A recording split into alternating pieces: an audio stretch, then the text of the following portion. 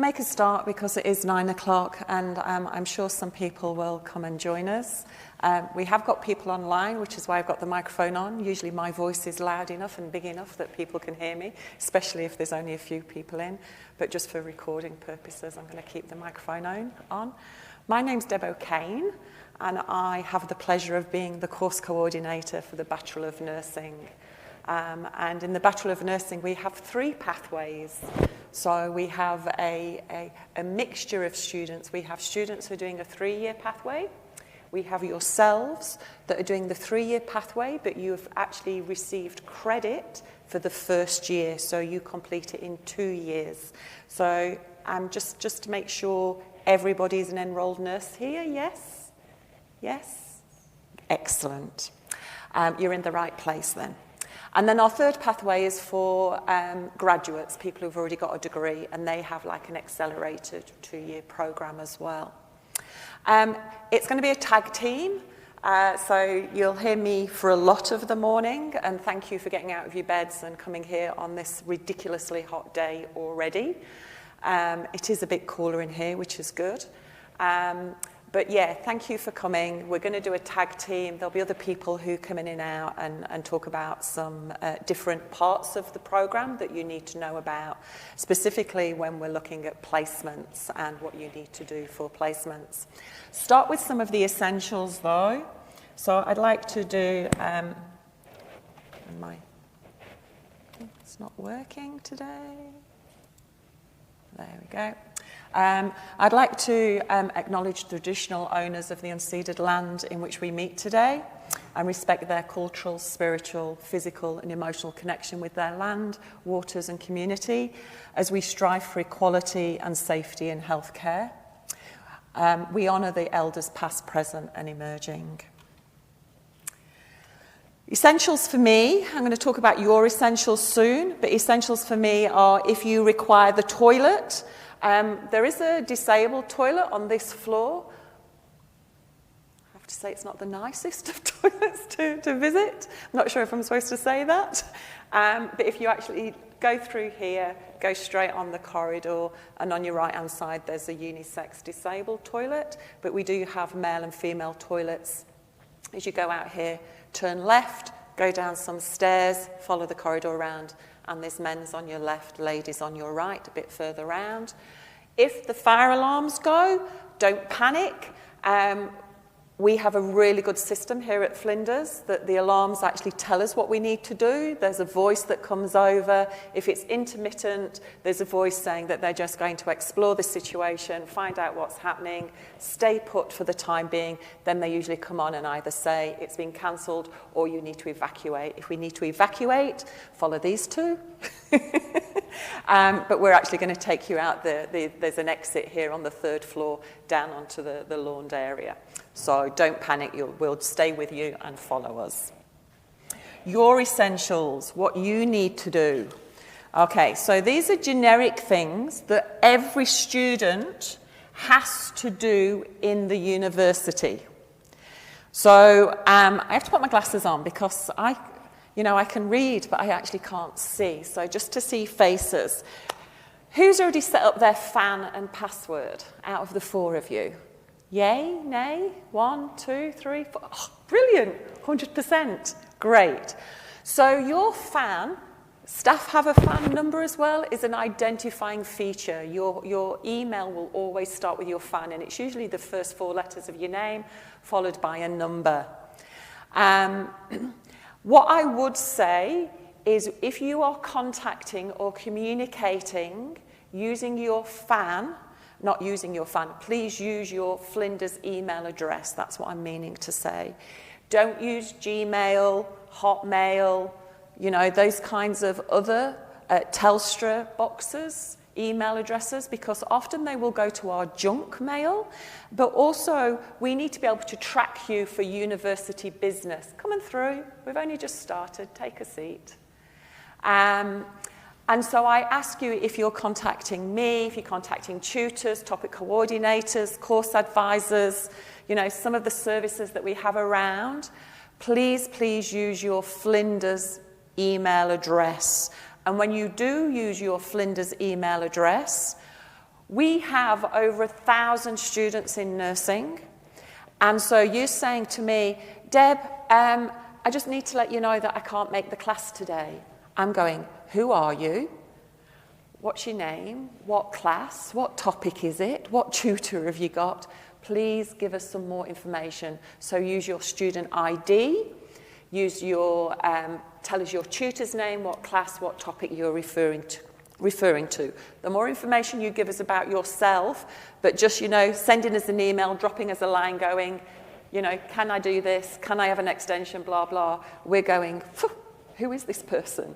And you'd often get an email back saying, sorry, can you identify yourself? So start as you mean to go on. Make sure you have those identifying features to begin with. We've got 4. Have you set up your fan already? Excellent, 5. So the contacts, this recording that I'm doing is available within 24 hours, and it actually has some of the links available. If you do have any problems with anything, they will give you support. Who's got their ID card sorted? 1, 2, 3, 4, not quite. Ooh, nearly there though, on your list of things to do, yes? ID support, or ID should I say. Your student ID card, we all have ID cards. Again, staff included, it's okay. Staff included have ID cards.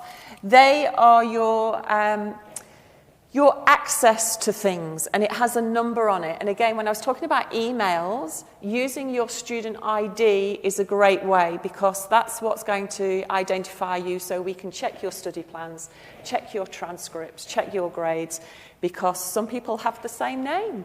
It could be whoever, but we might have 3 people actually with the same family name. So it's really important you have your ID number in there.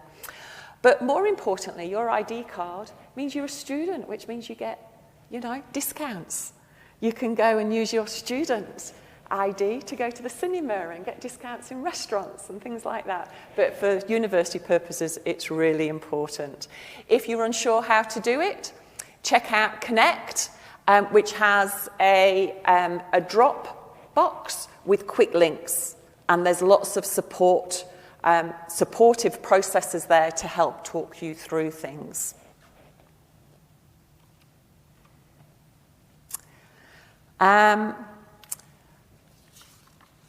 It may be that you're used to studying because you've been ENs, but I keep saying Connect, and it's actually Compass.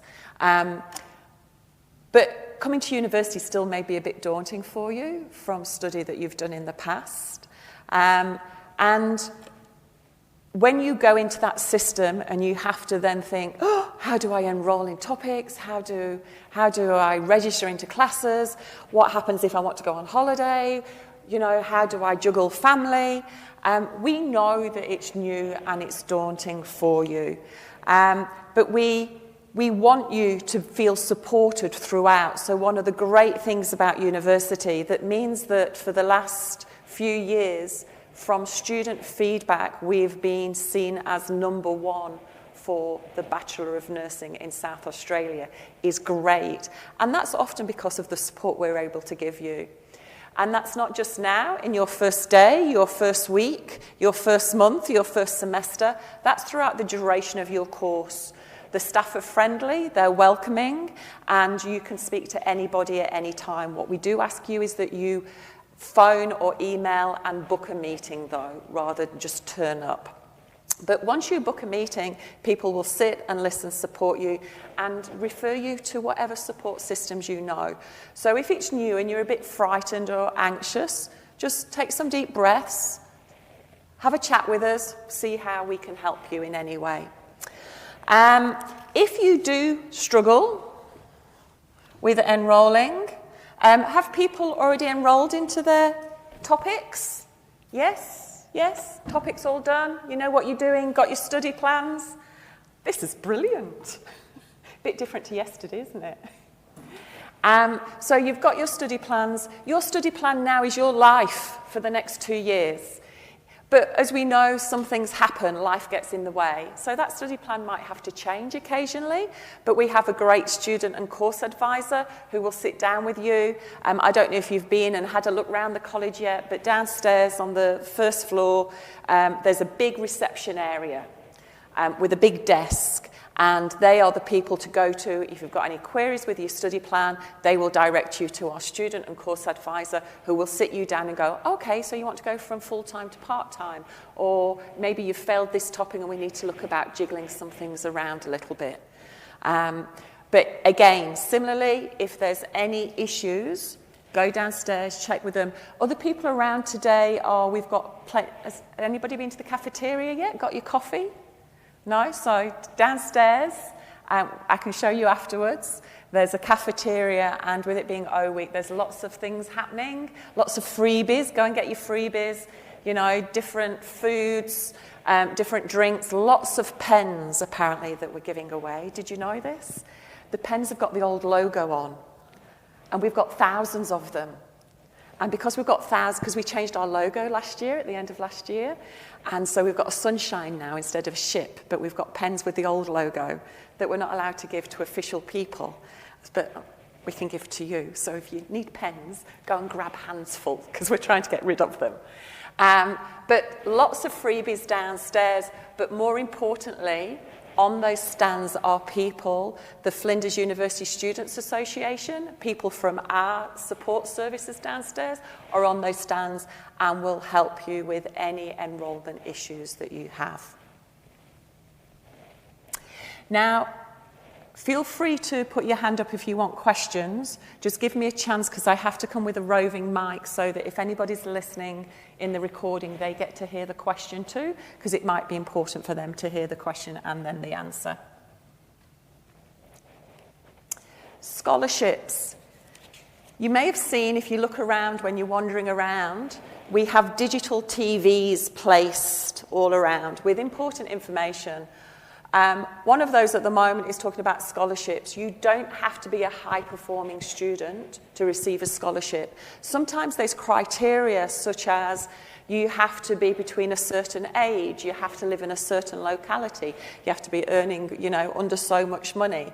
In the Riverland, I did an orientation for our Riverland students last week, and there's a scholarship they can access because they literally live in a rural area.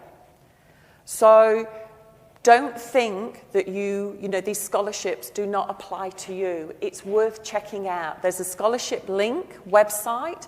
If you don't, look at this recording, even going onto your Flinders webpage, hi Jodie, even going onto your Flinders webpage, and there's a search tool and putting scholarships, it'll come up with all the scholarships.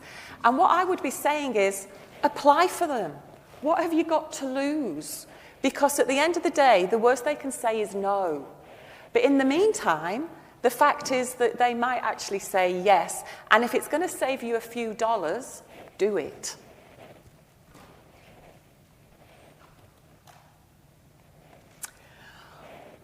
Flinders is proud to consider ourselves a leading representation of making sure people feel safe on campus.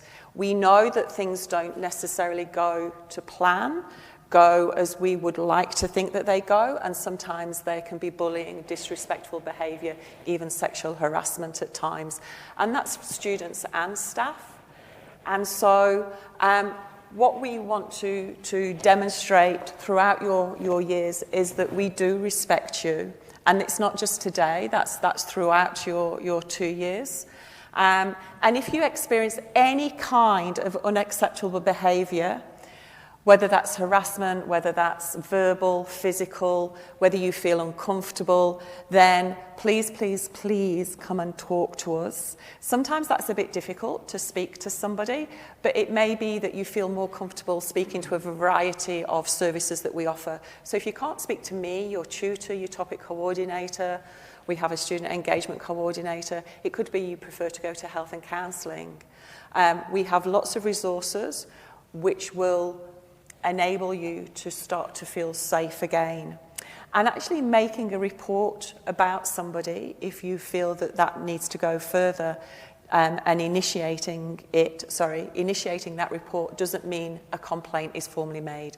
It's in your hands. You have control of how far things go. What I would ask as the course coordinator is that you come and try and speak to us first, so that we know what's happening and can look at ways that we can support you within that. You know, ultimately you have the right to feel safe and supported all the time, just as the staff do as well.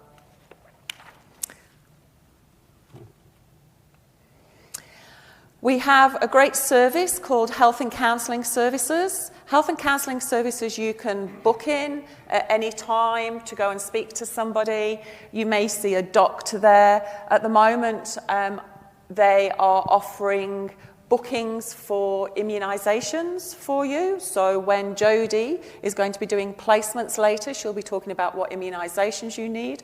And I know Health and Counselling are taking bookings for immunisations at the moment, so they can help you out with that.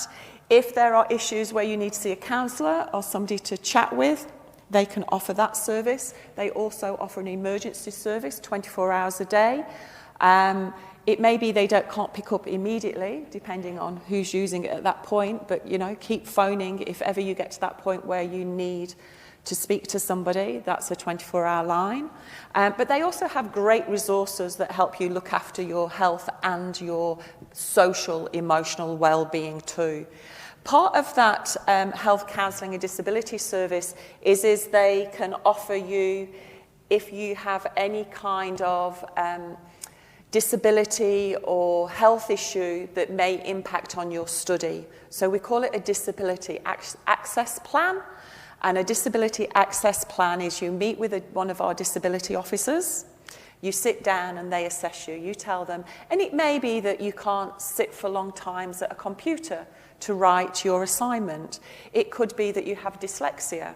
It could be that you're going through some traumatic episode in your life that's meaning that you can't focus or concentrate, or that you have already a diagnosed health issue.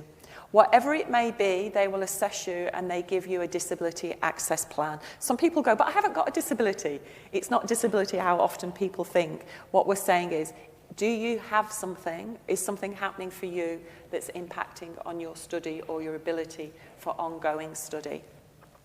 So the disability access plan is then used to support you if you need extensions or extra support maybe in placements.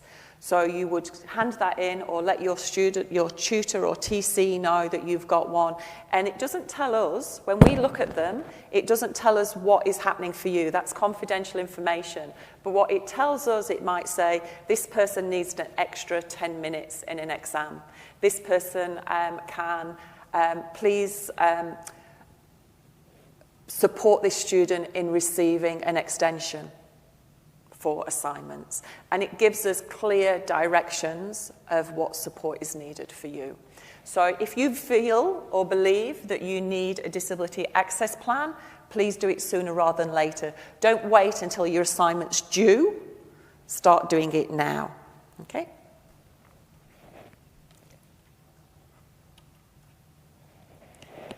These are all services that we have across the campus or across the university. Oasis is a wonderful service. When we talk about health and social, emotional, psychological well-being, there's lots of supports that will help you with academic writing, looking at how to reference, how to set out an assignment. But being a student isn't just about writing the papers, it's also about your stress levels and how you're dealing with study. And Oasis is a service that we offer that actually they offer things like mindfulness, yoga, meditation, strategies to look at well-being, chatting with chaplains if you need it, participating in any of their well-focused programs that they may be running at the time. They actually also have a weekly community market, so if you're a struggling student, they offer free food as well that they give out in this market. So worth checking out because they have some amazing stuff. One of the things I love about Oasis is it gives you the opportunity to meet and connect with other students. And I would recommend for you that one of the biggest things you can do is actually chat to each other and start connecting, because that builds friendships, but it also builds support networks for yourselves too.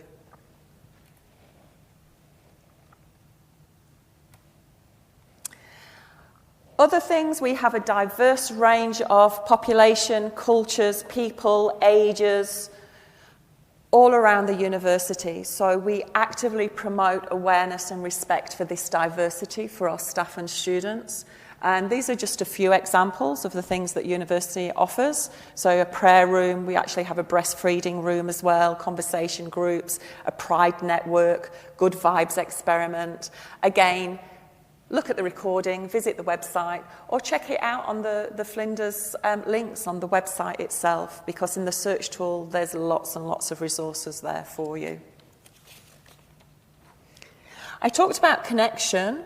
This is a new thing this year. So in promoting how important it is for you to connect with others and not just walk into your classroom and sit there and go, I'm on my own, actually just sit into the person next to you, introducing yourself. As tutors, often we do those warm-up exercises to get people to know each other anyway. I'm sure some of you have done them before.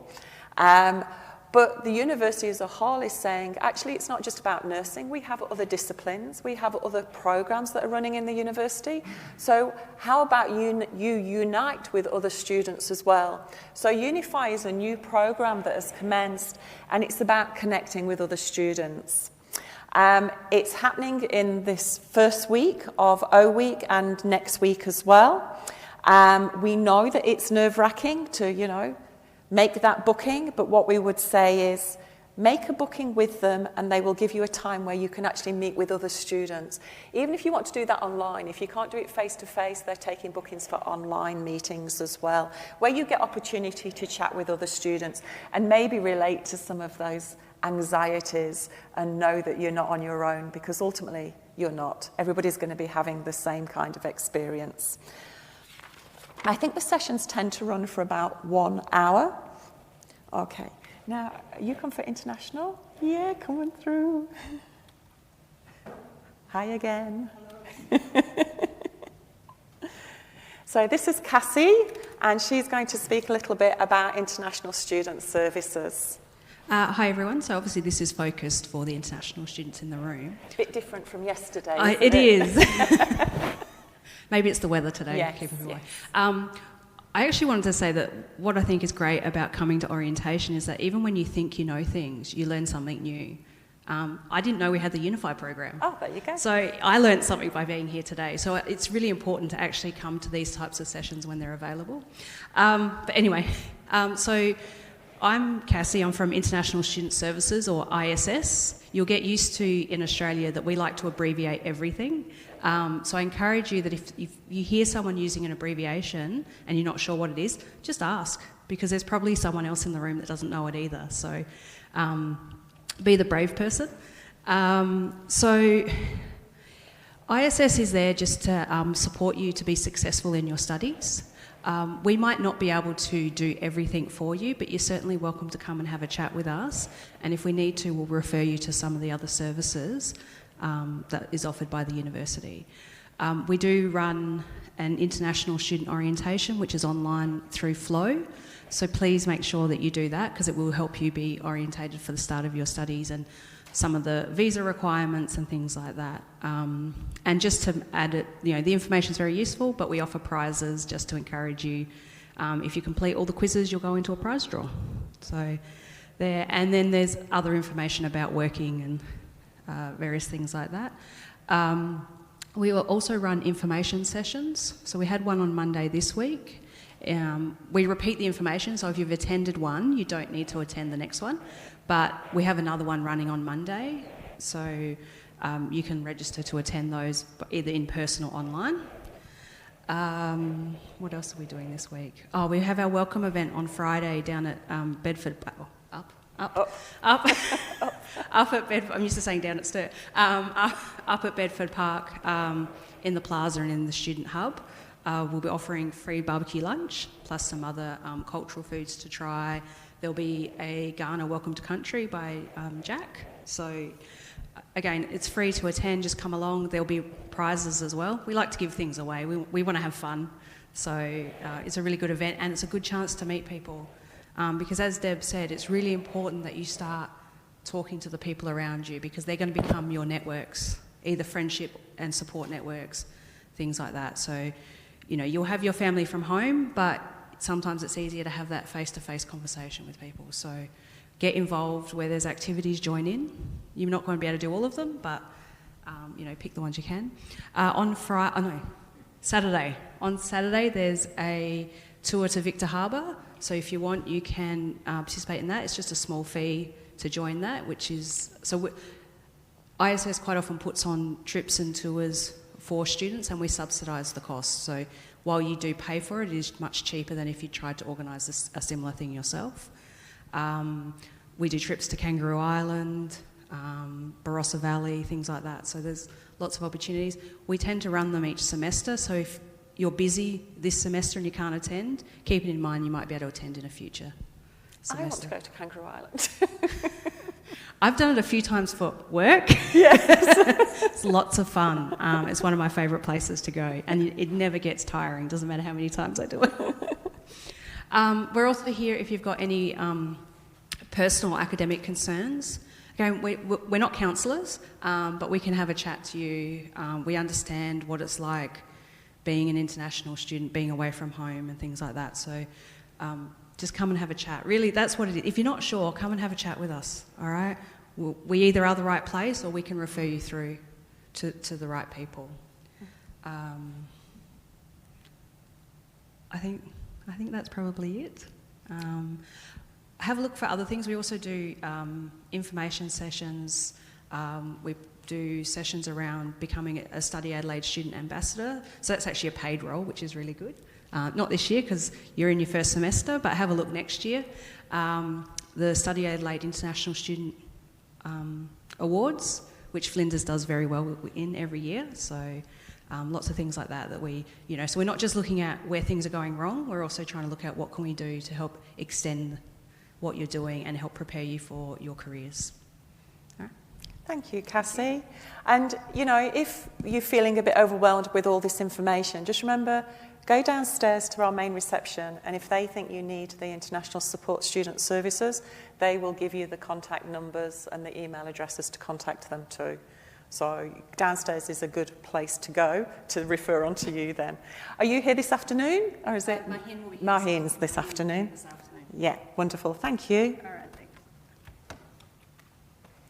I'm hoping you get the message that help is available. That it doesn't matter, you know, what part of the course you're in, what part of the programme, there's always going to be somebody around to support you and help you. One of the biggest things that come across my desk as course coordinator is I meet with students who what we have called progress issues, and maybe they've failed a few times in a topic, or they're struggling in reaching their goal of being successful in topics, and they come and meet with me. And they tell me some things that are happening in their lives sometimes. And I stand there and I go, did anybody know about this? Did you speak to anybody? And they'll go, no, I didn't know I could. I'm telling you now, you can. So we're not mind readers. It's really difficult for us to put these support services into place or know where to refer you on. Maybe you're having visa issues.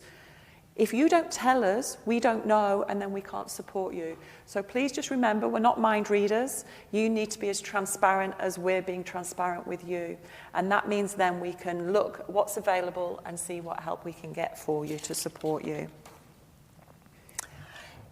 I have to say this now is my favourite bit. I've done all the bit that talks about university stuff and university life, but this bit is about us. This is about the nursing course. So congratulations. You've chosen the right course. You've chosen the right programme. And yesterday, even with a few people, yesterday we had this full. However, I am just so proud because this means you are our future nursing workforce. And in this day and age, in our climate, we need a future workforce.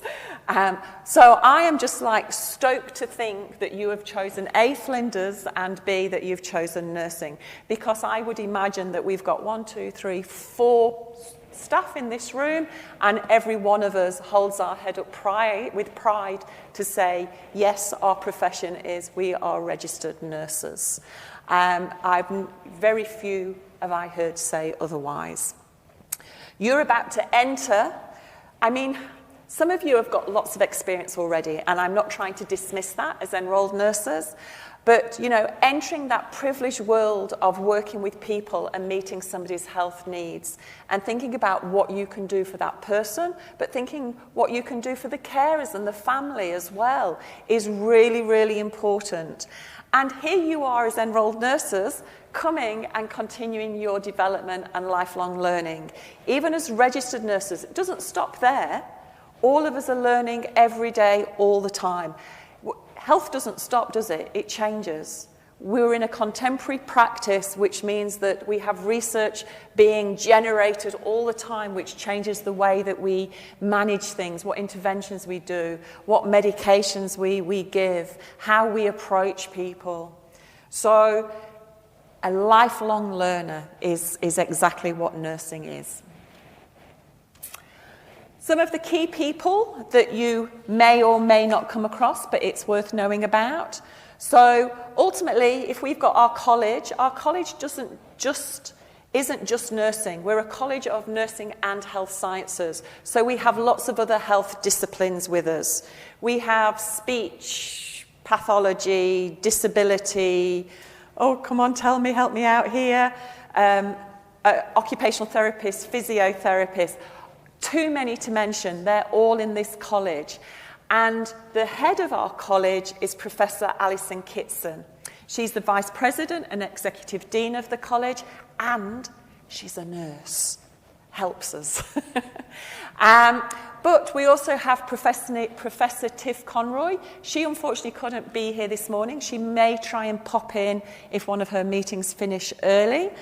She's the Deputy Dean of Nursing for Leadership and Innovation, which means she keeps us all on our toes, making sure our curriculum for undergraduate and postgraduate programs are innovative, moving forward, keeping with the times. And she's our academic lead. And then we have Associate Professor Pauline Hill. She's the Teaching Programme Director. You may come across her in some of your topics as a tutor. Otherwise, it would tend to be that if you meet Pauline, it could be because you've decided to make a complaint or appeal against a grade or something, because she deals a lot with policy and process and procedures. But 3 important people to know. Just because they're 3 important people to know doesn't mean that you can't stop them if you see them on a corridor. Because I know for a fact if you used to stop Alison, Tiff or Pauline on a corridor and say, I know your face, are you in nursing? They would say, yes, hello, coming through. How are you? I'm fine, thank you. They would ask you how you are. They would ask about your course, how you're getting on, ask for some feedback, say good decision. They are friendly, approachable people. We all are really, aren't we? Yes. I've introduced myself. I'm Associate Professor Deb O'Kane as the course coordinator. So yes, I have the fun of looking after the 3 pathways across the 3 years, but I cannot do that on my own. We have an amazing team of academics and professional staff who support the Bachelor of Nursing throughout. And those staff together help us think about your needs and how, again, we can support you. So 2 of our year level coordinators are here today who are going to come up and introduce themselves. And these are my right arm people. I was talking to somebody earlier before the recording started, and if you didn't know already, at Flinders University, nursing is the largest program that is run in the entire university. We take the largest number of students. And because we're the largest cohort of students, I think something like social work's the second, and we're 4.5 times bigger than social work. It means we have lots of students who have lots of student needs. So it's really good that I get the support of my year level coordinators to come and give me a hand. So come on up, please, and introduce yourselves. They're not turned on. Hello everyone, how are you? I'm Danelle, I'm the first year coordinator. Welcome to Flinders, exciting to see you here. So just very quickly, I guess we all have our role. This is Guy, who'll introduce himself in a second. He does the second years. So I guess our role that you need to know about is that we sort of closely liaise with the first year topic coordinators. We look at the curriculum to have a look at the scaffolding, look at when your assignments are due to make sure you don't have 7 assignments all due in the 1 week and things like that. But we're also available to you if you need to chat to us for any reason, and perhaps we can link you in with services or people who can help you. So as Deb said, we are very friendly and we're here to help you on your journey and to help make it easier for you. So if you've got or you identify any issues or areas which are concerning to you, you're welcome to contact me at any time and I'll see what I can do to help you with that. Other than that, oh, yes, always good to make an appointment to see us though. So, and also with any of your tutors, etc. Obviously we're all very, very busy, but we always want to make time for you, and it's much easier to give you our dedicated attention if you've made an appointment to see us and we know that that's your time as opposed to just quickly having a discussion with you. So for any of your tutors, or if you need to make an appointment to see myself or any of the other staff, always ideal using our emails to contact us and make an appointment. And please don't expect a response immediately. I know in a day and age, I never said this yesterday, but in the day and age of where people like text and message and have instant responses on Instagram and, you know, TikTok and things like that, we actually have jobs to do as well. We have to teach and research and do all those other meeting stuff. And so what we say is, if you email us, please give us 3 business days to respond. Okay. And if it's something urgent, then try and call. All right. So or go downstairs. Or go downstairs and they to will the let college. us know. Yeah, they're very helpful. Yeah. All right. That's it from me. All of that. And on top of that, really just encourage you all to be proactive within your education. So if you've got questions, ask them. As Deb's already said, if you don't let us know, we don't know. So speak to your tutors in the first instance. If you're not having your need met, there's a topic coordinator that's responsible for the topic, and then by all means also come through to us. If you see us in the corridor walking through, just stop us, have a chat, and we can organise a time to catch up or send an email through.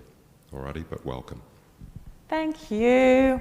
So Jessie unfortunately can't make it today, who's our 3rd year level coordinator. So again, all of that, but she deals with 3rd years.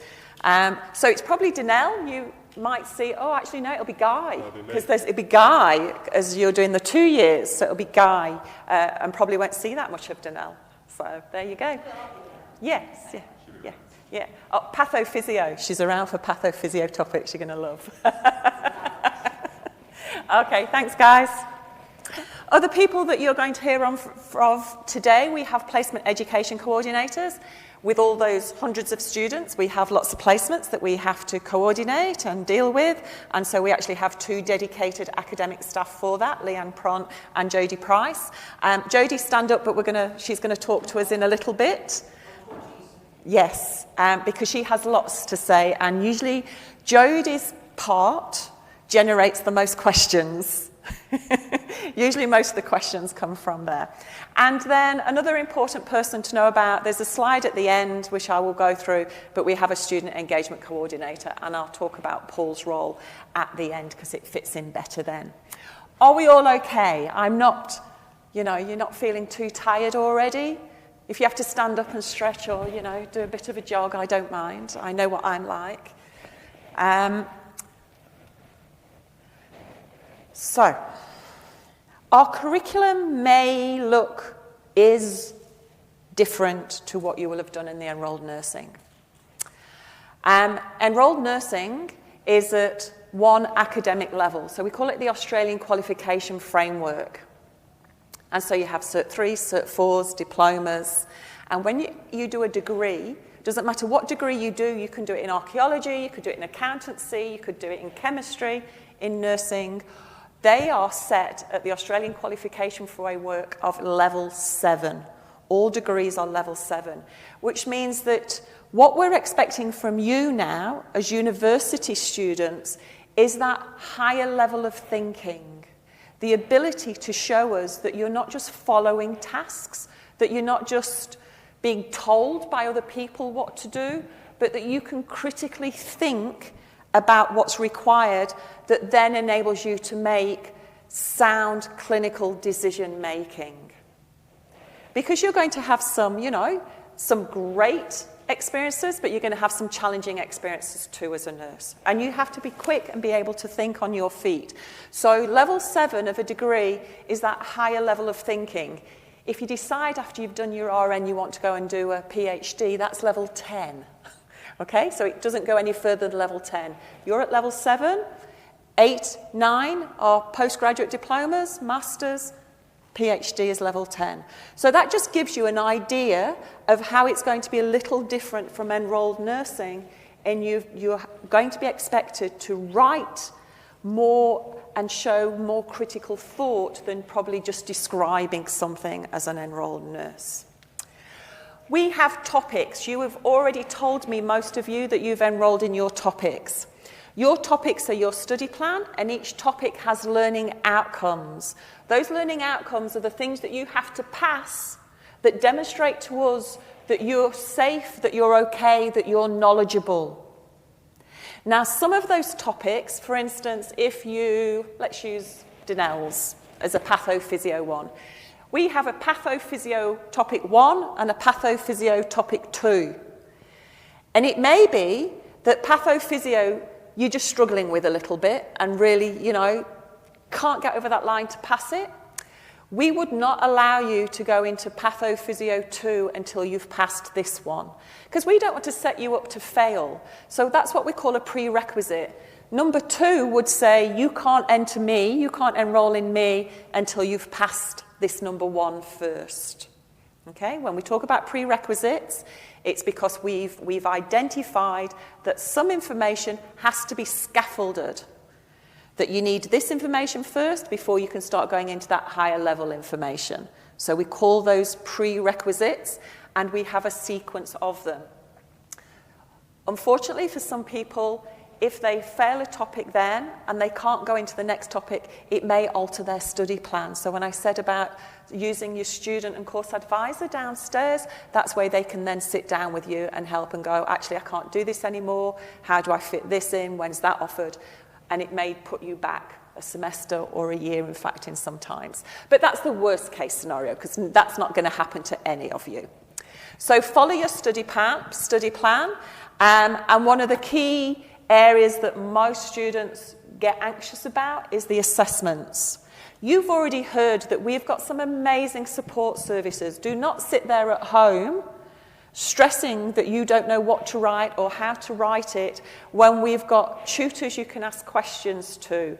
You've got student support services that will help with your academic writing. You've got drop-in sessions that fuse a hold. We've got Oasis that, holds the relaxation meditation classes if your anxiety is going through the roof, or if you just want to chill and have some mindfulness time. There is lots of help there for you, but most anxiety comes through assessments. We are not going to test you or ask you about anything that you have not covered in any session. It's about how you apply that knowledge to the assessments. And in the assessments, when we're marking them, all we need to know is that you've passed the learning outcomes of that topic. That's what we're aiming to do. Our criteria here at the university for assessments is that you have to get 50% or more. Anything under 50% is a fail. Okay? So you ignore, because it says unless in the BNG-UC pathway, you ignore that first line. We have an expectation from you as enrolled nurses that you have completed that first year. Now, if Professor Tiff Conroy was here, she does a research with a whole team on the fundamentals of care, which is is the foundations of our whole curriculum. And she gets really irate when people say, oh, you know, that's the nursing basics. There's nothing basic about the fundamentals of care, absolutely zero. It's the best skills, the core skills that any nurse needs, whether you're an enrolled nurse or a registered nurse. They're those things that make you different. So when you've worked in the past and you've gone into a room to see somebody and you say, hi, my name's Deb. I'm just here now because I need to take your blood pressure, and are you okay today? How are you feeling? Those little bits of nuances, communication, asking how a person feels, checking out with them, than just going in there, pulling the blood pressure machine out and, you know, following tasks. Yes, you've done the task, you've said the right thing, but you're not showing respect, empathy, or genuineness, which I call reg. You have to bring reg out, respect, empathy, genuineness. So those fundamentals of care are those nuances, those core skills that we expect that you've already got as enrolled nurses, but we then continue and scaffold those throughout the following 2 years of your registered nurse training. So year 2, again, we're expecting you to know about anatomy and physiology because you've been given credit. In the first year, our first years, they have to do topics on health assessment, anatomy and physiology, communication, Indigenous health. For you, you go into year 2 having the expectation that you know anatomy and physiology, and now knowing and being familiar with the bodily systems, you're going to start looking at the pathophysiology, pharmacology of the body, and knowing what's healthy, what's not healthy, disease, you know, trajection, those kinds of things. But within that, you're also going to develop your skills. So your role has been as an enrolled nurse, and now we need to start changing your thinking of your headspace to be going, actually, now I need to be the registered nurse. Now I need to be thinking like a registered nurse. I need to now know the skills of a registered nurse. So your clinical skills will be developed as well. So by the time you get to 3rd year, we have a 3rd year coordinator in Jodie as well, your clinical decision making is going to enable you for that transition from being a student to a registered nurse for when you go out and you're qualified. Would you say that's correct, Jodie? Absolutely. Yep. So you're doing year 2, year 3. All good? And now I get to have a break and introduce Jodie Price, our placement educator coordinator, or one of them, who's going to talk you through the placement essentials. Just going to hold this. Hello everyone, how you going? Excited? I'm going to talk to you about the cool stuff. Not that Deb's stuff wasn't cool, but this is the placement stuff. This is what I have to put up with. Okay, so we're going to talk about placements. We've got lots to talk about here. So, okay. First of all, as you guys would already know, being enrolled nurses, your manual handling, your basic life support is really, really important, especially for your clinical placement, but also for you guys as enrolled nurses. So you guys shouldn't have any problems in maintaining these documentation because of your jobs. So you will be needing to do this annually as part of your placement requirements as well. All right? So there will be information in emails about how to book into sessions. There's also information on the placement website, which I'll show you in a minute. Whilst you're doing that, can I just add, you see, I can't keep quiet or still for 1 minute. Emails, you will be absolutely overwhelmed with the amount of emails that you get, and it's really easy to think, oh, you know, delete, because you're getting them from tutors, you're getting them from TCs, you're getting them from the college, you're getting them from the university. Please don't delete. Check them out first, because that is the way that we send you most of the important information. If you'd failed an assessment, that's maybe how we let you know. If we're setting up a new exam time because we've had to change the old exam time, that's the way we're going to let you know. So don't get into the idea of, or, you know, be, what's the word? just mindset. Yeah, a mindset of checking your emails, because yes, a lot of it you will be able to delete, but there's going to be important stuff in there too. Sorry, Jodie. No, all good, really important. The other thing with your manual handling and your basic life support, if you are having trouble getting it done at your workplace, because you guys would be doing it at your workplace anyway, there are sessions being held on campus here that you can book into as well with IntelliLearn. Okay, so just remember that will be an annual requirement for your placements. All right, so with your placements, obviously it's an opportunity to put everything you're learning on campus into practice in a real environment, which you guys know all about because you're enrolled nurses. Okay, so it's just taking that next step up from being that enrolled nurse to that registered nurse, increasing that level of critical thinking and clinical reasoning when you're out there and looking at your patients in terms of assessments and patient management and things like that. Okay, so you know, your placement is the opportunity for you to demonstrate that next step up from being an enrolled nurse. So when you do your placements, they'll be held in a variety of settings, okay? So they could be GP clinics, they might be ICU, ED, operating theatres, wards, community settings, prisons. We've got lots of different settings to go to for your placement, and you will get a range of placement venues over your 2 years. Okay, so the aim is to give you as much experience as you can during your 2 years of placement. Next year you'll do this year you will do 2 4-week placements, and next year you'll do 2 8-week placements. Okay, it's really important that you don't work when you're on placement. All right, placement is full time. If you're working on top of that, you're actually breaching work health and safety and putting yourself and your patients at risk. Okay, so plan ahead, make a different bank account for when you're on placement, and be working when you're not on placement to sort of, you know, plan for those times when you are on placement.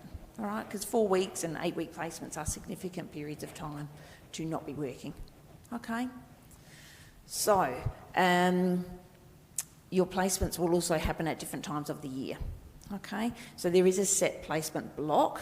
Now sometimes that needs to be moved for unforeseen reasons. All right, so COVID is one unforeseen reason we've had in the past few years. Hopefully that won't happen again. They should be in those blocks, but sometimes they happen outside of those blocks. So we say don't book holidays. All right, because if you book a holiday and it clashes with your placement, that's going to put you in all sorts of trouble moving forward. So don't book holidays, all right? Save your money for a little while. 2 years, your life is on hold. So when you do your placements, you'll do at least one rural placement, okay? That is a requirement of the course itself, so that we give you that different experience. It's a very different experience from a metropolitan placement. So that could either be in your 4-week or your 8-week placement.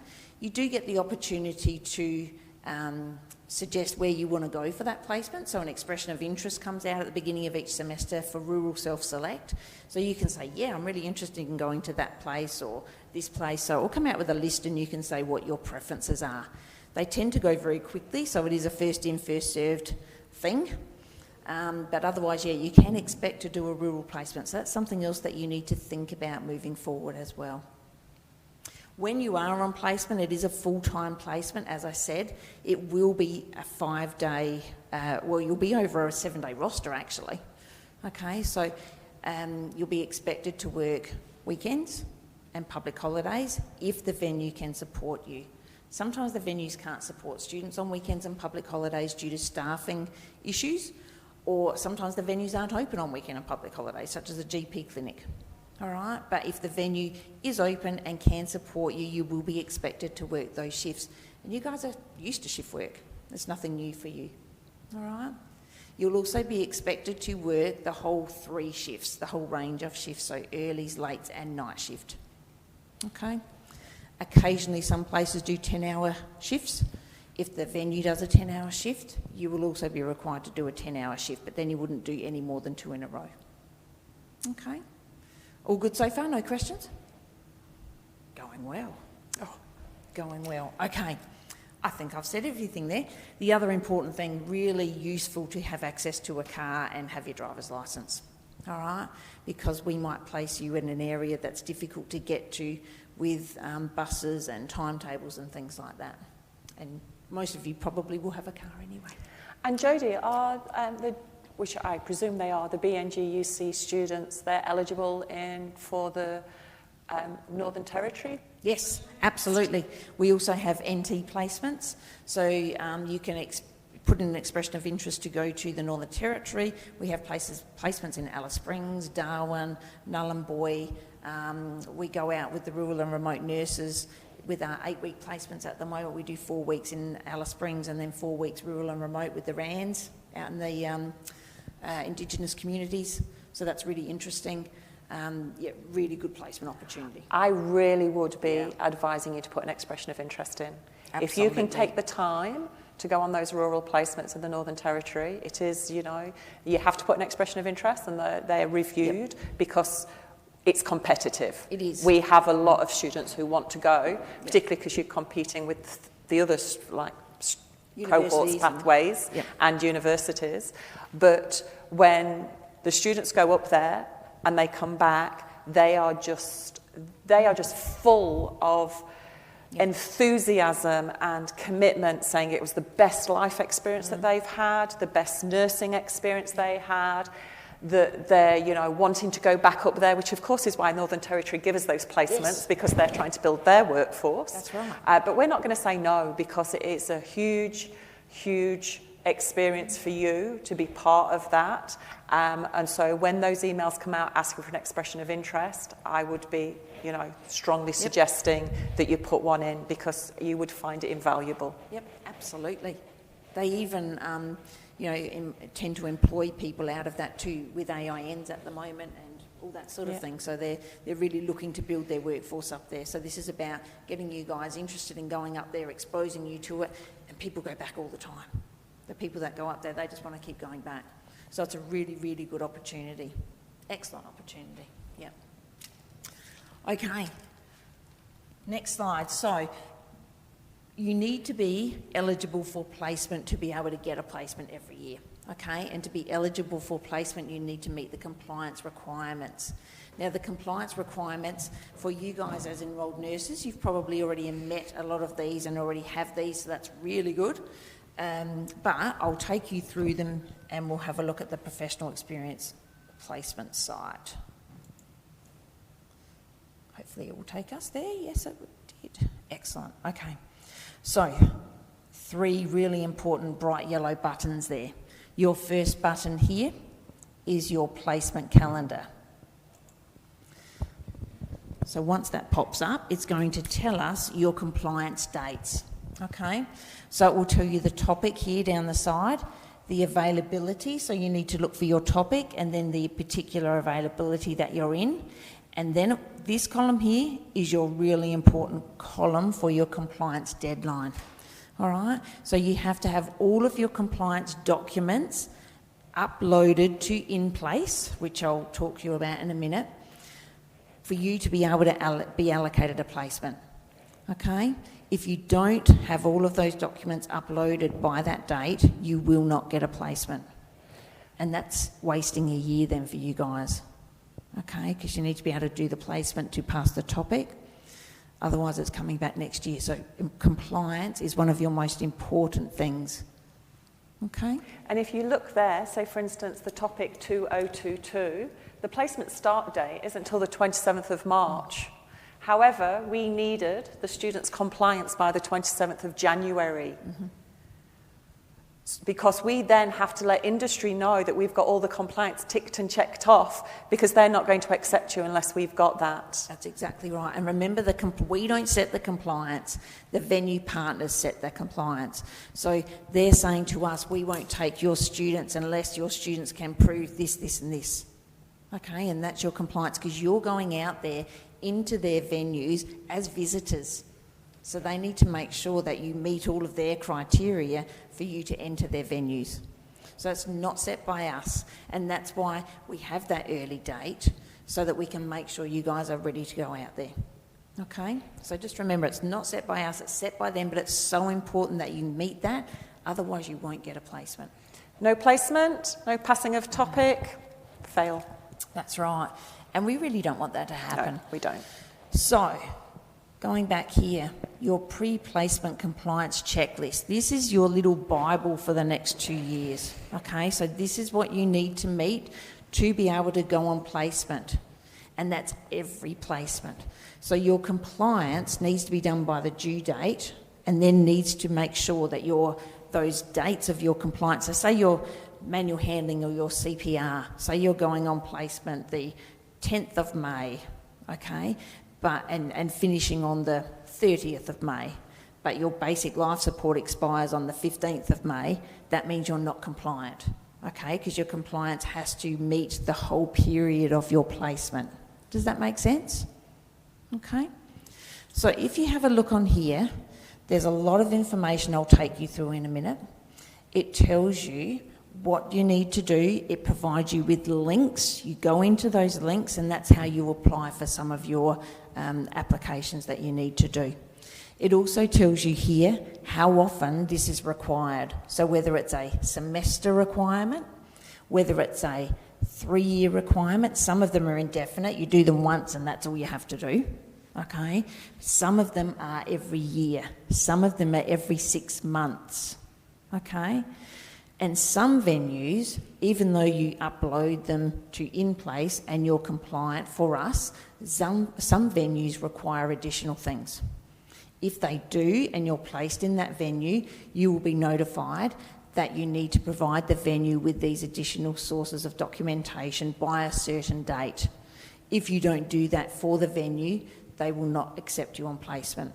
Okay, so there are a few venues that have a few little idiosyncrasies that they require you to submit to them. All right. There's lots of help with this. You're going to get constant email reminders, you're going to get constant flow reminders. We've got a placement team downstairs, which is about 5 people that can help you with documentation and placement requirements. Okay. We are here as placement education coordinators. If you're having concerns, email us, okay? Your first port of call, though, is the placements team. All right? We want you to be compliant. So if you go down here, your police checks, a lot of these things as enrolled nurses you would already have, okay, your immunisations. So TB screening, immunisation compliance is really important. That is a document, a Flinders Uni document, so you need to take that to your GP, get them to transfer all of your other vaccinations onto this as evidence that you've had them, okay? Hep B serology, TB, all that sort of thing, okay? So there's lots there to think about. A few of them down the bottom there are online, so hand hygiene, EMR, they're easy to do. Go in online, get them done. You can start today. Okay. What takes the longest, Jodie? Is it TB? Your Hep B. Hep B. And as enrolled nurses, I would expect that most of you would be up to date with that as part of your work compliance anyway. But that's often a 7-month process for people starting that. So, yeah, that's probably your longest one. Mm-hmm. Yep. Okay, is there any questions on that one? So this is your most important document for placement, okay? Print it out today. Make sure that you make a start on those things. Start getting those pieces of paper together, ready to upload to InPlace. All right. I can't reiterate how important it is. We want you to go on placement, but you must be compliant by that compliance date, and that means everything. Okay, everything on this document, and there's a lot there. All right. We'll just go back here. The next thing here is a bit of a flow chart, okay? So this takes you through step by step what to do with your compliance.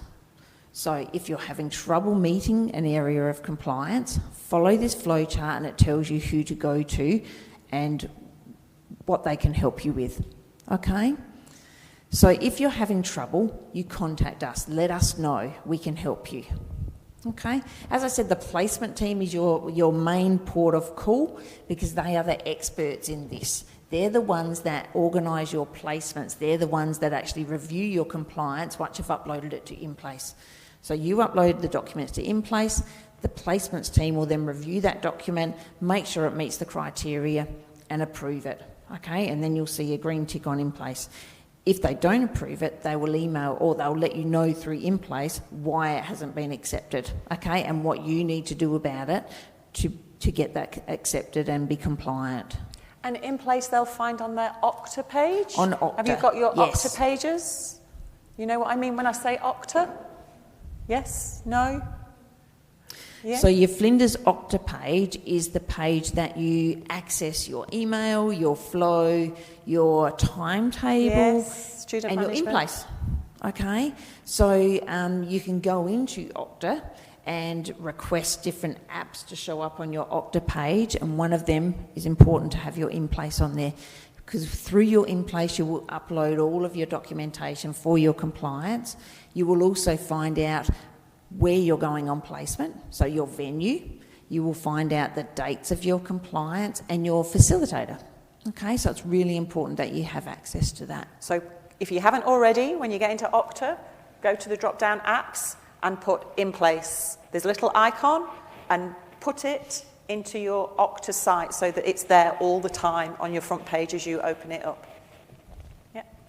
So this website here, this placement site, really, really important for you guys, okay? Those 3 yellow buttons, and then if you go down here, there's more information. So you click on those drop-down arrows, and there'll be more information about each aspect of your compliance, and a link you can click on to find out additional information and to apply for some of those things. Okay? The page is very long. It's got a lot of information on there about your police checks, your aged care stat decks, your immunisation, everything, your CPR. When you go into there, it will take you to the areas that provide CPR training. But you guys, I would assume, would be doing it through your workplace. If not, you can click on these links and get further information for IntelliLearn, St John's, that sort of thing. Okay? Going down further, how to prepare for your placement, with lots of information there, lots of videos, information about uniform, which you get through Valerie Travers. Okay? So the uniform is black pants and a royal blue tunic, okay, or shirt. You can wear either, and that's obtained through Valerie Travers. There's also information on your badges, which you can get from up the hill at the main campus. There's information on preclinical meetings that you will have every time you do a placement. You'll have a preclinical meeting that will talk to you about the requirements of your placement for that topic, and the learning outcomes and the assessments and things like that. And then there's a lot of information, okay? So make sure that you have a look at that tonight, go through all of that information, have a look at the rural information as well. Keep your eyes open for the rural self-select if you're interested in going rural too. Okay. Any questions so far? Now, normally there's questions about the immunisations, and if I've worked this and got this, or if some people have immunity to TB, never, or don't show immunity. Yeah, Hep B. Hep so B. they're non-converters. I always get them mixed up. Yeah. So Got a minute. No questions? There you go. I'm going to go with the microphone, so then Jodie can stay at the front, and it just means those people who are watching it online can hear. I'm just wondering if you hold the manual handling and CPR courses on campus to attend? Sometimes we do. IntelliLearn come and do it. We don't run them, but IntelliLearn run them on campus. They're actually here on campus at the moment. Yep. How do we find the information of when they're going to be? So go to that placement website, click on that link, and it will give you the contact details for IntelliLearn. Okay? But if you have a look on their website, I'm sure it would have the dates that they're, where they are. They go all around everywhere. Yeah. Ultimately, to get compliance, it's your responsibility. Mm-hmm. You're adults. This is not... it's a bit different to yesterday when I'm talking to school leavers, but you are all adults. You're not spoon-fed. We're not going to say, you need to do this, you need to do that. We give you prompts. The placement education coordinators are excellent in the topics. They'll give you some prompts of what you can be doing now, what you should have in place by certain weeks. But ultimately, being compliant is your responsibility. So like any training that happens, it's about you finding the providers. We'll give you some hints, we'll give you some drop-down menus where you can check out the dates, but it's you contacting them to find out about it. We don't do that for you. That's not part of our program. That's for you to make sure that you're compliant. And if there's anybody who's international as well, who may have had vaccinations in their own country, their home country, it may be that you need to go and see a GP to get that information transferred into an Australian document. Is that right? Absolutely. Yeah. So take that information to your GP with the immunisation form from from the Flinders website that I just showed you, and they'll transfer that information over. Okay. Any other questions? Any other questions? I think we're petrifying them, aren't we? Hope not. Maybe I've just done my job well. I don't know. You have. Of course see. you've done your job see. well. Always. Okay. So, resources to meet compliance. We've talked about in place, okay? That's the placement database, and as I said, it's really important that you get access to that. That'll tell you where your placements are going to be, tell you your facilitator, all of that exciting information, all right? Placement website, which I just showed you, okay? Really, really important. Your GP for your vaccinations, or health and counselling on the main campus. Okay, you can make appointments there for vaccinations, and they can also transfer that information from your other documentation to our Flinders documentation for that. Oh, I've already answered the next thing there. Okay, placements teams. As I said before, the placement team are downstairs in the college office. If you've got any questions, go down and see them. We will be visiting classes during the first week to make sure that we're all on the same page, and we will be drumming in about compliance because it's very, very important. Valerie Travis, we've already talked about for uniform. Key to success, as I said before, start now. Go home, print it off, start doing some of the things that you can do quite easily at home on the computer. The other things might take a little bit more time, so start applying for those things today. Okay, so important to get organised with your compliance because we want you to get a placement. What about extensions? If you have unforeseen circumstances with meeting that compliance date, you can apply for an extension in, as I said, extenuating circumstances, and that would come to Leanne and myself, and we would meet with you and decide a way moving forward then. Okay? If you're having trouble though, talk to us. We can't help you if we don't know. We're not mind readers, so if you're having trouble, come and see us, send us an email. All right? We're here to help you, okay? And we're here to make sure that you get compliant, make the most out of your placement and enjoy it and love it. Mm-hmm. And that's probably about all. Yeah, so you'll get more information about what uniforms required if you go onto that site. There was a photograph of a young fella wearing a uniform. Valerie Travis are really good. They have non-gender specific uniforms. Could be that you don't want, a uniform that's male or female. So they have tunics, as long as you're doing the standard. And there will be some expectation it is expected that when you attend the labs, which are our clinical simulated environments, reflecting a ward area, that you turn up as if you were turning up into industry, into Absolutely. a venue. So, I wouldn't get in there with my nails and earrings. So there is expectations about jewellery, not just about what you're wearing and how you need to have your hair and things like that. So, but that's all available information. There's no point us going through it here today with you because it'll just go somewhere Information there. overload. We're going to leave you as adults to go away and read that site that Jodie recommended and make sure that that's on your front page of things to do or on your list of priorities of things to do. Good. Thank you, Jodie, and you get me again.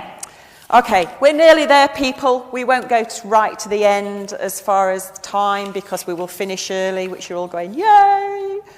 And you'll be able to go downstairs then and hopefully they've got freebies for you. Yesterday they had snags, didn't they? Sausages and all sorts, yes. Okay, so there's lots of not only abbreviations you'll hear. So you already, BNGUC, just means Bachelor of Nursing with a C means you've got credit at the end.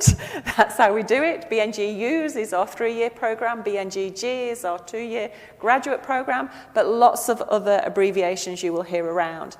But just so that you have some idea of the different roles of people.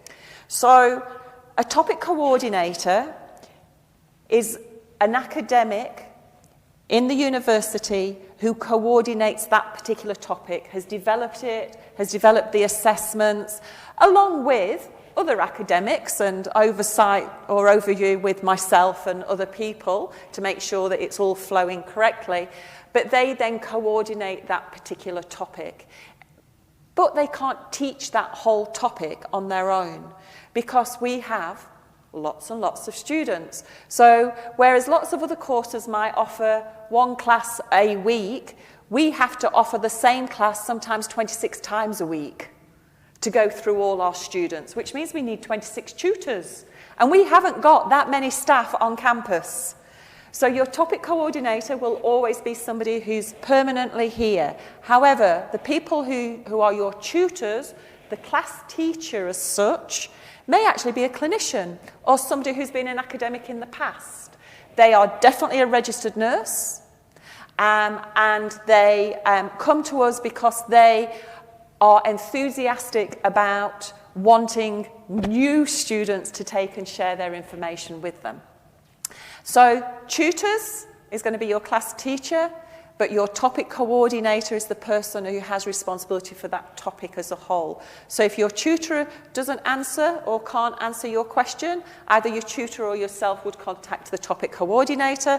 If your topic coordinator can't answer the question, they would contact the year level coordinator. If the year level coordinator can't answer the question, guess who gets the job? So we have a level of, process of where things go. But just so you understand some of those roles a little bit and who to speak to, but tutor's always your first point of call in most cases. Support services downstairs, our professional support team are amazing. They're, again, not just dealing with nursing, they're dealing with all disciplines across the college, but when it comes to study plans, enrolment, registration, if they need to contact one of us urgently, they have our mobile numbers if we need to be on site urgently. They are a great place to be. And again, I said I'd speak about the student engagement coordinator. There is a site. Does everybody know when I say flow what I mean? Don't be scared to say no. I'd rather you say flow. Has people heard of flow? Yeah, you're all looking at me blankly. Somebody who's not even nursing is nodding at me. Flow, Flinders Learning Online. So you this week will have got access to your Flinders Learning Online if you've set up your FAN and your password on your Okta site. It will give you access to Flow. And then when you go into Flow, it will have each of your topics that you do. And you go into a topic, there's a welcome by the topic coordinator. They say hello. There's drop-down menus, drop-down menus of your assessments. Tells you what dates they're all due already. You can find out your dates.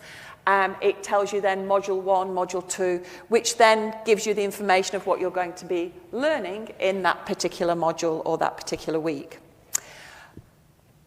On that Flow site as well is also another, it's not a topic, it's called the BN course information page. Please look at that and explore it, navigate it. Because what we don't want when we're trying to say you can get academic support, you can go to health and counselling, if you need help with, if you're an international student, do you need help? Let's talk about academic integrity. We don't want that to go into every topic because it's just going to get boring. So we put it all into our course information page. So it's a great resource to go to for information. And if you want to chat with anybody and you're going, do I go and see Deb? Do I go and see Jodie? Do I go and see downstairs? God, what was it Deb said? I can't remember. Go to the course information page and you will see a communication flow chart which says if you have a placement issue, this is the email address. If you have a study plan issue, go to this email address. And it directs you of who to go to and where to go. So great little tool, but please go and check out the BN course information page.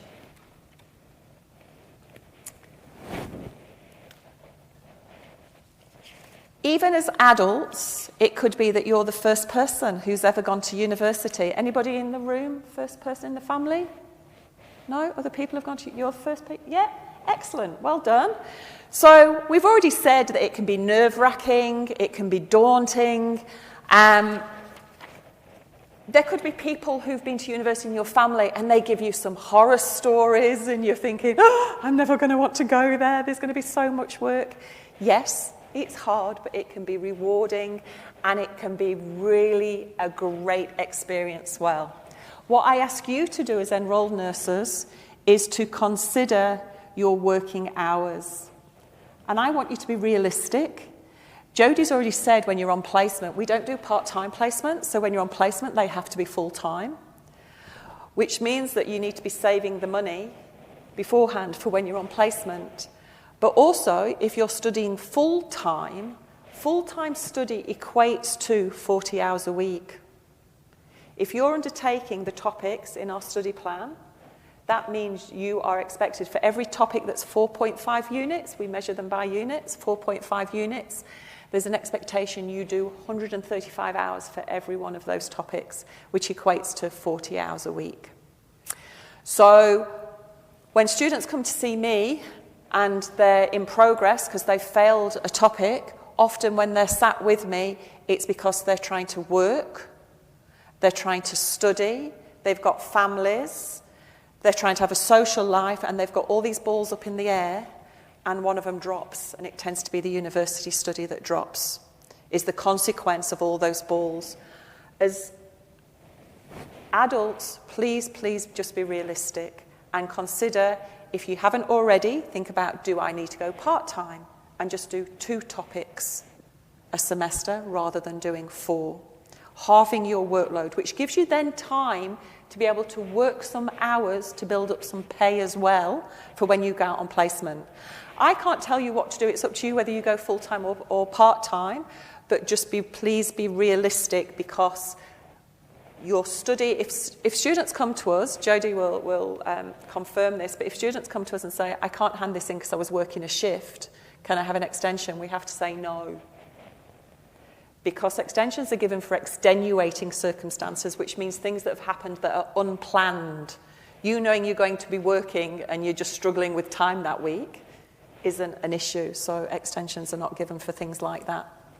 So consider whether you're full-time or part-time. It's not a big deal to change. It really isn't. You just go and see the course student advisor and we can change and give you a new study plan.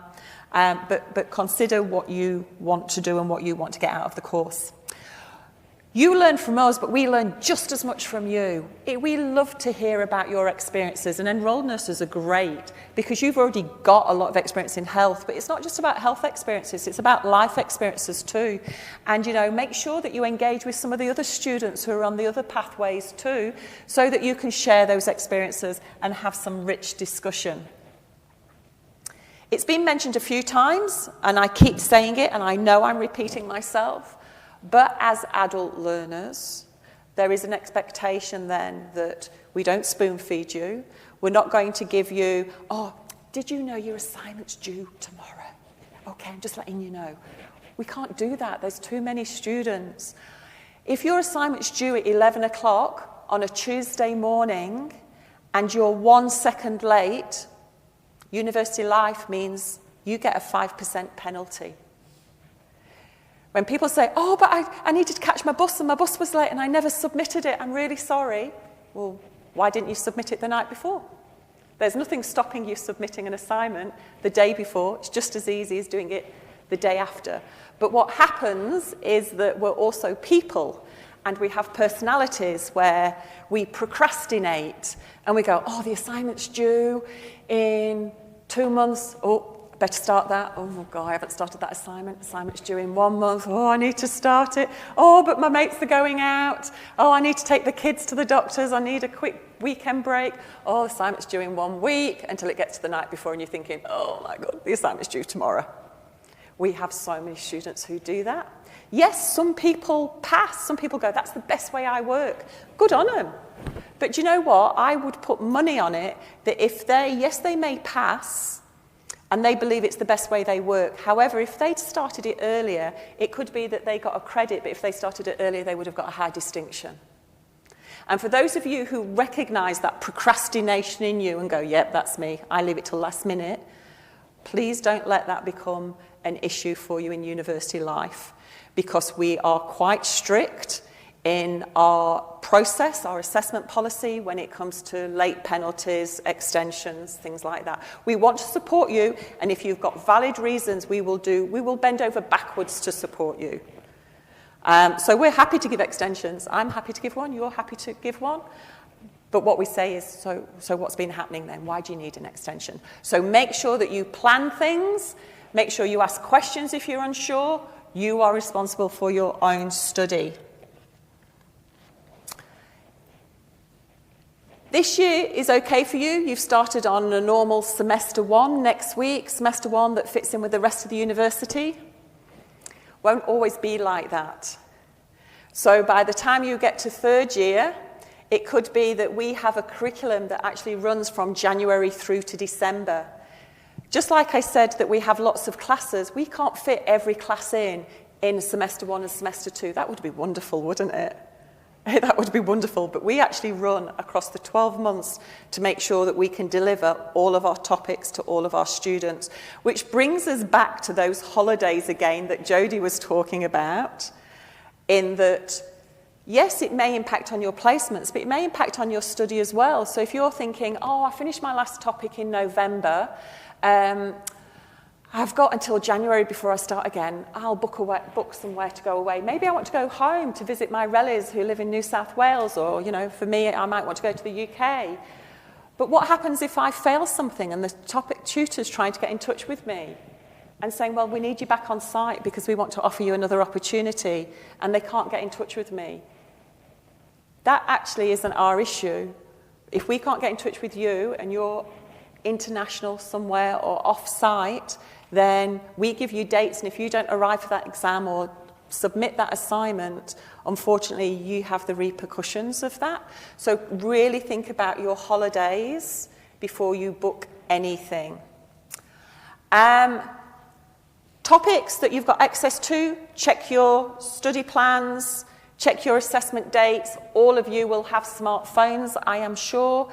Don't only just put your submission dates in there, but also put the dates of when you want to start it. And maybe you go, once every night, evening, I'll just spend an hour on it. That works out really well. One of the important issues to discuss is hurdle assessments. People say, do I have to attend class? We don't have an attendance. The university does not promote attendance, because attendance is, you could all be sat here now and actually snoring and not hearing a thing I'm saying. Just because you've turned up and signed a piece of paper saying you've attended doesn't mean actually you've attended up here in your brain. So we don't work with attendance. So what we say is, most of your topics, it's your responsibility if you turn up to. We would encourage you to, we want you to, because by turning up, you get that little bit of information, lots of information, that the students who haven't turned up don't get. They miss out on that. So somebody could ask a question about assessment. Somebody could say, I'm not quite sure of this part of the, what we're discussing. And everybody goes, oh no, we don't either. If you haven't turned up and you're left doing your own readings and activities, you're going to really struggle with that on your own. And it's not your tutor or your topic coordinator's job to give you that make-up work afterwards. They haven't got time to then go, oh, you missed yesterday, it's okay, we did this, this and this. If you miss it, that's your what can I say, I'm trying to think of a word. Responsibility. Yeah, it's your responsibility. But hurdle assessments are different. It's not that we expect you to attend, but we do have an expectation that you participate. So some topics have hurdle assessments that mean that there's group work assessments, where in week one they put you into groups, and each week you have to do a different task that you're then given a pass or fail with at the end. So group work, but more importantly is your labs. So any of the topics that have a placement attached to them, They always go into labs first because we need to ensure that before you go into industry and you're working with the public, that you're safe. Because we're responsible for you, but you are accountable too. And because we are a registered organisation, we're accredited by APRA, then that means that we have to make sure you're safe. So we call them intensives, so we call them lab weeks, and you will come for 4 days and do a 6-hour shift, and those 4 days you have to participate every day. And in that participation, if there's one day you miss, then that means you haven't passed your hurdle assessment, which ultimately means you can't go on placement, which means you can't pass the topic. So be sure to recognise which topics have hurdle assessments in them, because it's a requirement you do participate every day. Does that make sense? Yeah? We're nearly there. This is just what you could do if you're organised. I'm an organised person. I like to be proactive in getting things ready. You know, you put this together and it looks so easy. Yes, I'm going to have dinner, I'm going to work, I'm going to lunch. This is when I go to uni. This doesn't include doctor's appointments. It doesn't include spending time with your kids. It doesn't include shopping for pleasure. It doesn't include hair appointments. It doesn't include medical appointments. So you can imagine that your week starts filling up really quickly. But try and have some sort of plan of when you will study. And even if you have to say to your family or the people you're sharing with, no, this is my 2 hours now. I'm going to go off into this room and I need to do this for 2 hours. Please don't disturb. Give yourself permission to do that so that you get into that habit, good study habit of doing it. Part of being a successful student is looking after yourself. We've talked about health and counselling and disability services, and we've talked about support. But again, all of us know, and particularly as enrolled nurses, we know that mental health and physical health cannot be separated. And if we're feeling stressed or anxious, we tend to either overeat, undereat, don't sleep very well. We forget to do things that we find enjoyment in. So be kind to yourselves. As much as I'm saying, yes, focus on study and make time for yourself, please make sure you're having a healthy diet. Please make sure you're doing something nice where sometimes you just need to stand back and go, right, I need some me time. If exercise is your thing, do that. If you think that there's an issue, come and talk to us so we can identify it early and see what supports we can get into place. If you attend lectures, or tutorials should I say, we don't really give lectures anymore. If you attend tutorials, it will make your life so much easier, so much easier. And last but not least, our student engagement coordinator. And the reason I put him at the end is because it fits in well with self-care. So what happens is if we do identify a student who speaks to a tutor, we might refer you to our student engagement coordinator. The student engagement coordinator, Paul, he's not a counsellor. He's not there to give you counselling. That's what health and counselling is about. But he's a great resource where he can sit with you, listen to what you need, and then definitely direct you into what's needed as well. So he can point you in the right direction.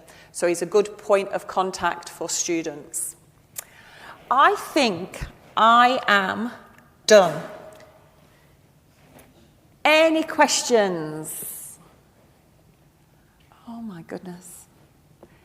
Now, I'm hoping then, if there's no questions, that as I turn this mic off and the online, hello, up there, as I turn the mic off, you're all not going to just queue here now and ask me questions.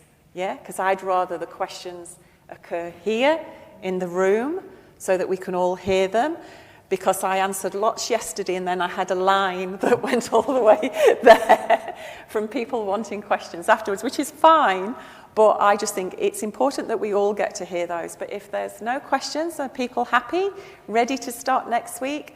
I wish you the best of luck, and I say this in the nicest way possible, but I'm hoping that if I see you again, it's either on a corridor where you stop me and go, Deb, remember me? I came to your orientation where there was only 6 of us. Or if I see you again, it's at your graduation, because if you're seeing me in between times, it tends to be that, unless I'm teaching, it tends to be because there's progress issues and you're struggling in some way. So I do say it in the nicest way that I hope to see you next at graduation. But good luck, and we see you next week. Thank you.